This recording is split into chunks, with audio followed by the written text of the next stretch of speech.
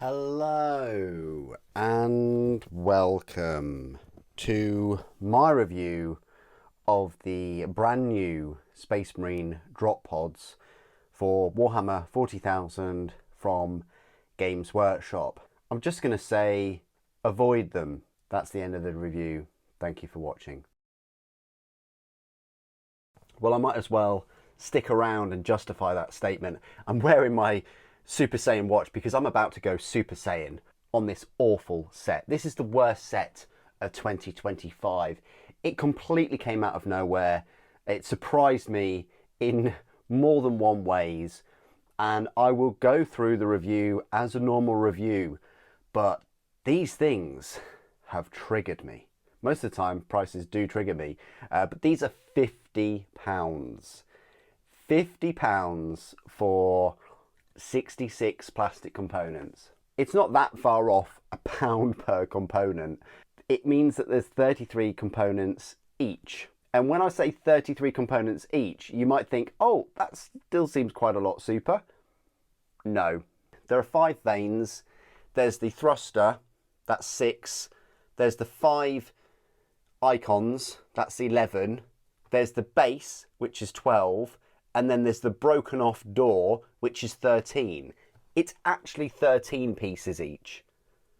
Okay, I didn't include all of the rocks or the other chapter icons, but we're essentially looking at 13 pieces per drop pod if you don't use any of the rocks. The review is going to be in a similar format to all of my other reviews. We'll have a look at the miniatures, I'll go through their build guide, and at every point I will continue to rip them a new one. I'll show you the terrible spare parts, of which I'll complain some more. Then I'll do some size comparisons and complain about their sizes. Then at the end, I'll go through their rules, which I can't really complain that much about, unfortunately. And then I'll give you like my summary. But first things first, let's have a look at these monstrosities. So they came out of nowhere. We didn't want them. We didn't need them. There are a number of trigger points for me with this kit existing, simply existing.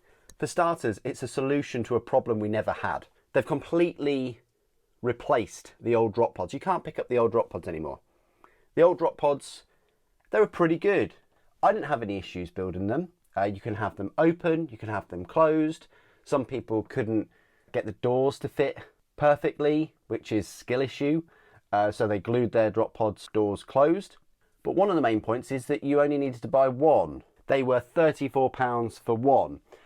They never used to be that much. I think when they first came out, they were like £25 or £26, something along those lines. So yeah, you might be thinking, oh, super, you can now pick up 2 for £50 instead of 1 for £34.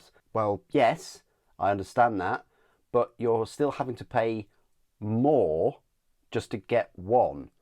Like that's the entry fee is £50 straight up if you just want one. So it's the price, it's the fact that they've replaced the previous drop pods completely, so this is what we've got now. It's the number of parts, it's the quality. Now I probably would have been a bit more lenient on these, even at that £50 price point, if the quality of them was the same as all of their other Citadel miniatures. It's not. It's no way near. And I strongly believe that these are not made in the UK. There's a made in UK sticker on the back. I've had a lot of experience now with plastic kits, resin kits, and these drop pods, the plastic, screams of their China-made scenery kits. You can see it there on the camera. I don't even need to zoom in. You get a certain kind of sheen off them. The plastic is a slightly different colour. There's less detail. I mean, look at that. There's less detail. It looks like a homage rather than, you know, a proper Citadel miniature. You can see it on the doors. Look at that. And then on top of all that, you can see all of the dust and the misalignment. Their injection moulds that they've used, they're not the ones in Nottingham. No way. And if they are, they need to be checked immediately. Because I built these in the live stream, so it is all live. You didn't see them as you're seeing them now, kind of complete. These mould lines were, I don't want to over exaggerate by a millimetre or 2 millimetres or anything like that, but they were considerable. You can play a little tune on the ridges of these mould lines on all of the parts. Just terrible. Terrible quality, terrible plastic. I couldn't use my normal file that I use on the typical Space Marine kits with the Citadel miniatures in that plastic, because this plastic is just too hard and it clogged up my file very, very quickly, which is unheard of for all of the hundreds and thousands of miniatures I've ever made. So I had to resort to my Forge World resin, but whichever file I used, it still came off with this horrible, very fine dust stuck to my fingers, and it just was not good.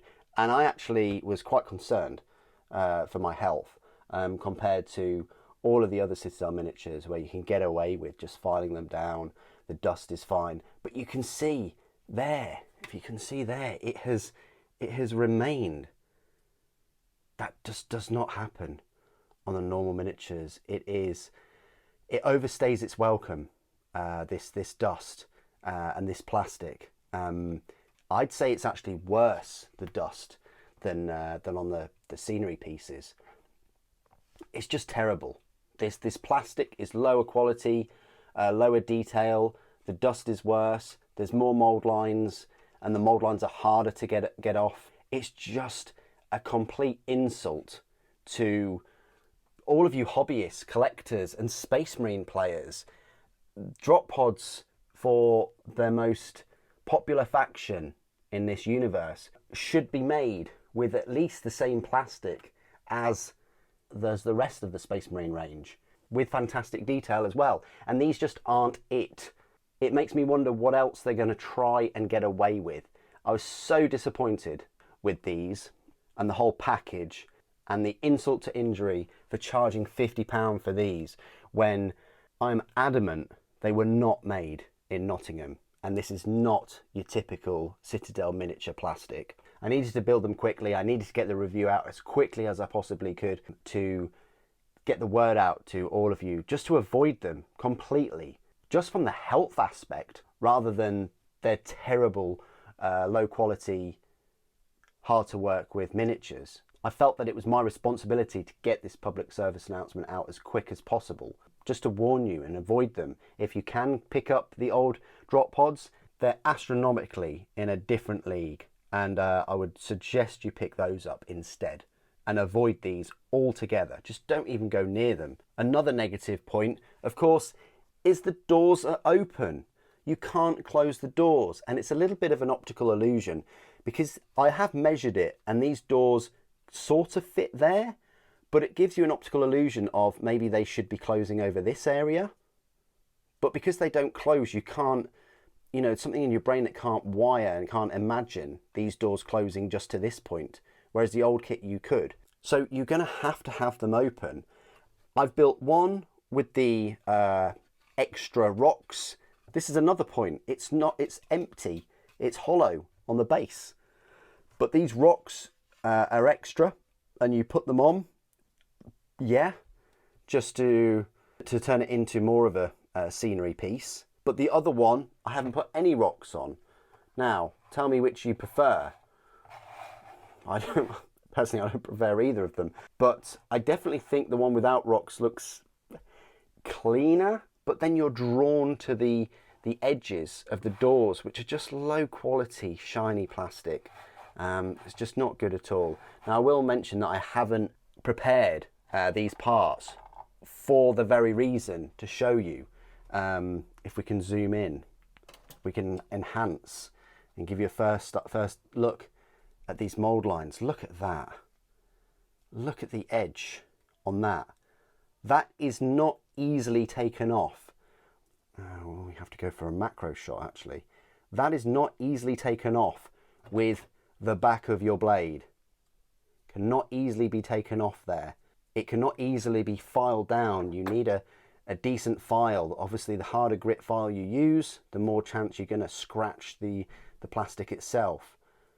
But yeah, it's just low detail, the darker plastic, mould lines all the way in there. They're all as thick as as one another, but that's why I did not finish this one and glue it, because I wanted to show you just how bad those pieces really are.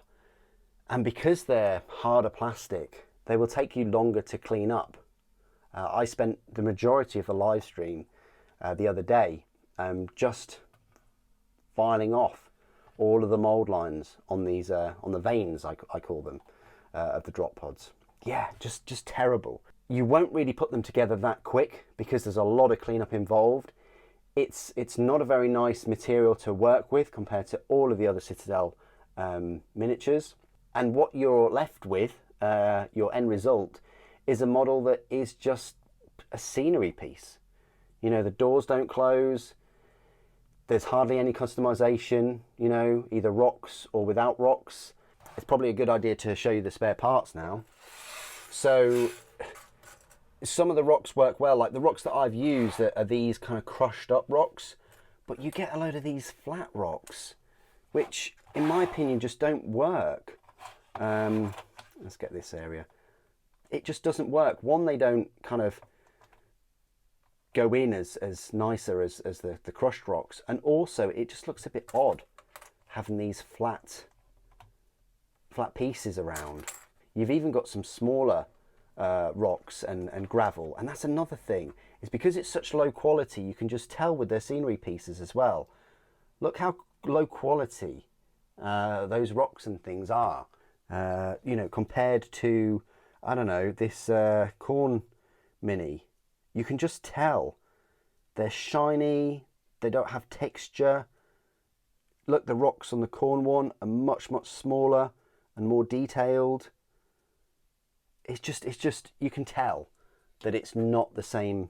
You've got the other icons for the chapters, which I guess that's a good thing.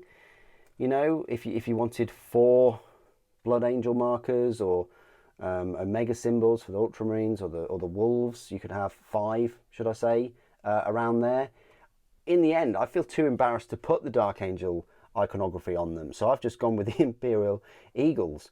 But yeah, you get those and the rocks, and that's it. But as I said, 13 pieces each if you don't use any of the rocks at all. 13 pieces each for a £50 kit. Absolutely nuts. Okay, size comparisons then. I will not be putting the older drop pod in this review because they're going to be exactly the same size, which is to note that you can only fit 1 Primaris in each of the doors. I guess Primaris, you can only have 5 in each drop pod when there should be 10. I've even tried it with the smaller Firstborn Space Marines. Again, you can only fit 5 in there, not the 10. It's just really odd. I will be making a separate video because that's how passionate I feel about about these, where I will be giving you a full comparison between the old drop pods and these new drop pods in their own separate video, just to nail home all of my points from this review. But there's the size comparison next to a Primaris. Height-wise, it works, but just the size of them, it doesn't work. Even for like a normal Space Marine, if you wanted to throw some Horus Heresy into the mix, that's where they stand next to them. I wanted to give you a comparison next to a Rhino and then a Predator. I know these are the Horus Heresy ones, but so that's where the drop pods match up to these. They are probably taller and just overall bigger. They take up more room. Definitely they take up more area on the board than these tanks. They're just an awkward shape. And that is one of the reasons why apparently they are in existence, for 2 main reasons. The first reason was because there was a whole debate on whether in-game the doors should be open or closed, or whether some doors should be open and some doors should be closed. This solves that apparently by just having all of the doors open.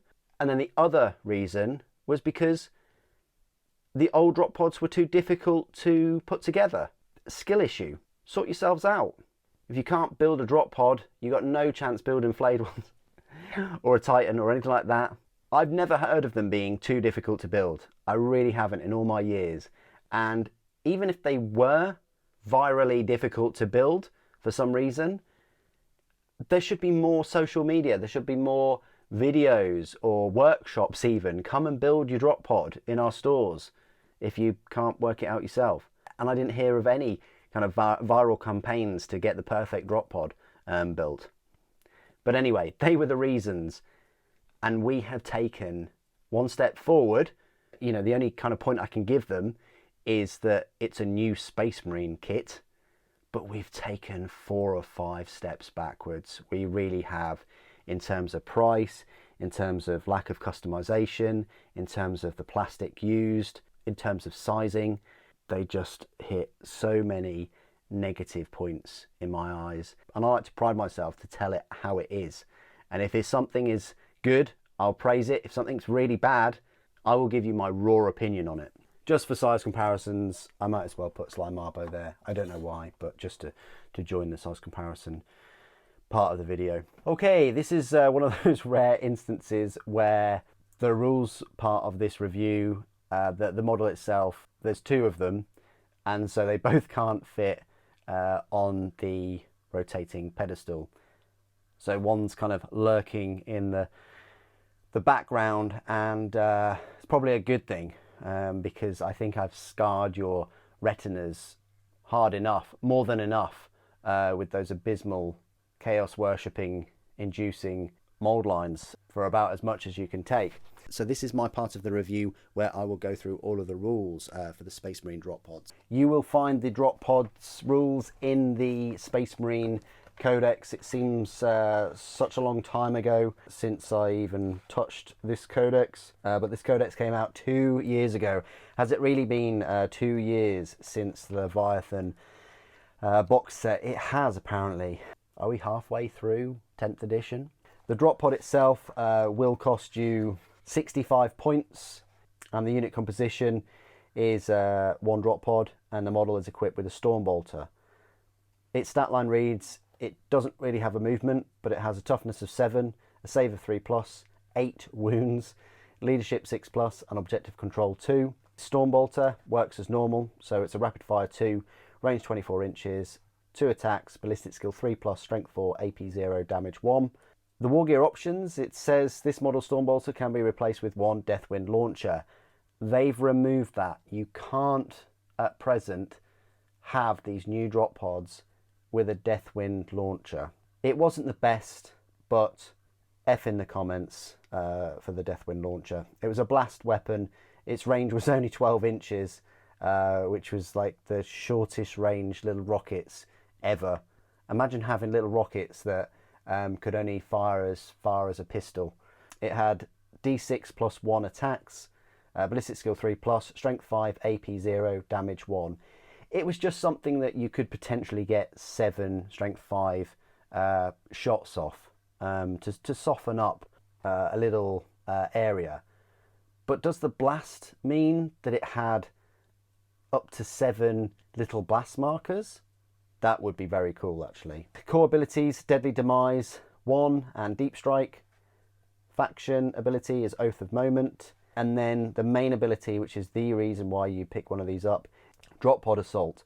This model must start the battle in reserves, but neither it nor any units embarked with it are counted towards any limits placed on the maximum number of reserves units you can start the battle with. This model can be set up in the reinforcement step of your first, second or third movement phase, regardless of any mission rules.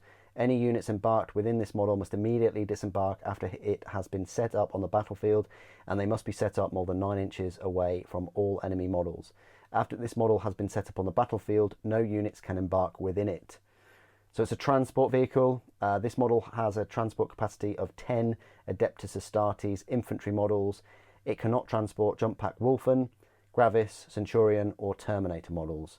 The keywords is vehicle, transport, Imperium, drop pod, and the faction keywords, of course, is Adeptus Astartes.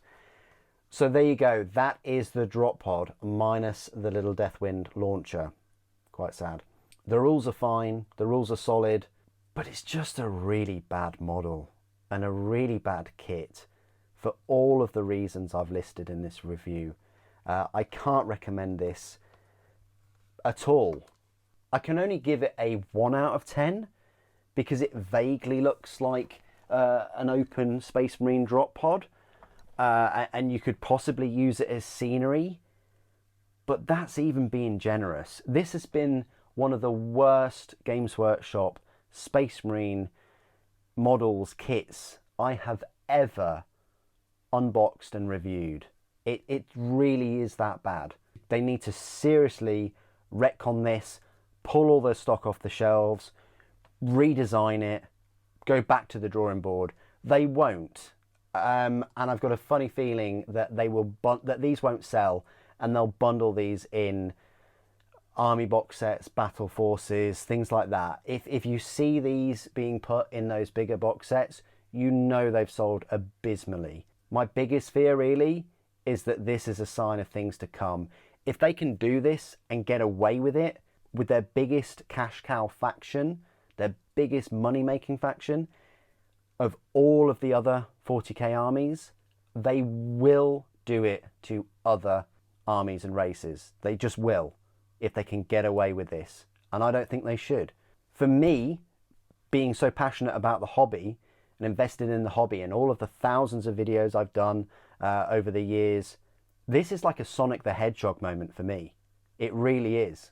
They need to take these off, go back to the drawing board. Also, while they're at it, bring us a proper Dreadnought drop pod. We have not had a plastic Dreadnought drop pod for the past 3 years since the plastic Contemptors and Leviathans have been out. How have people been deploying their Contemptors? Because we all know the best way to deploy your Dreadnoughts is from space. And on that little cheeky note, I'm going to end the review.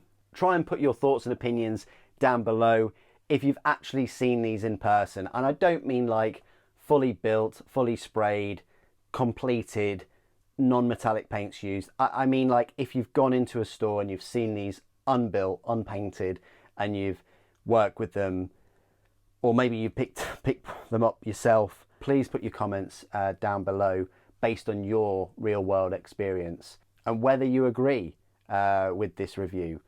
It'd be great to hear from you. And for all those that join me in the live stream, you saw it firsthand. You were there. Thank you for watching. The Emperor Protects.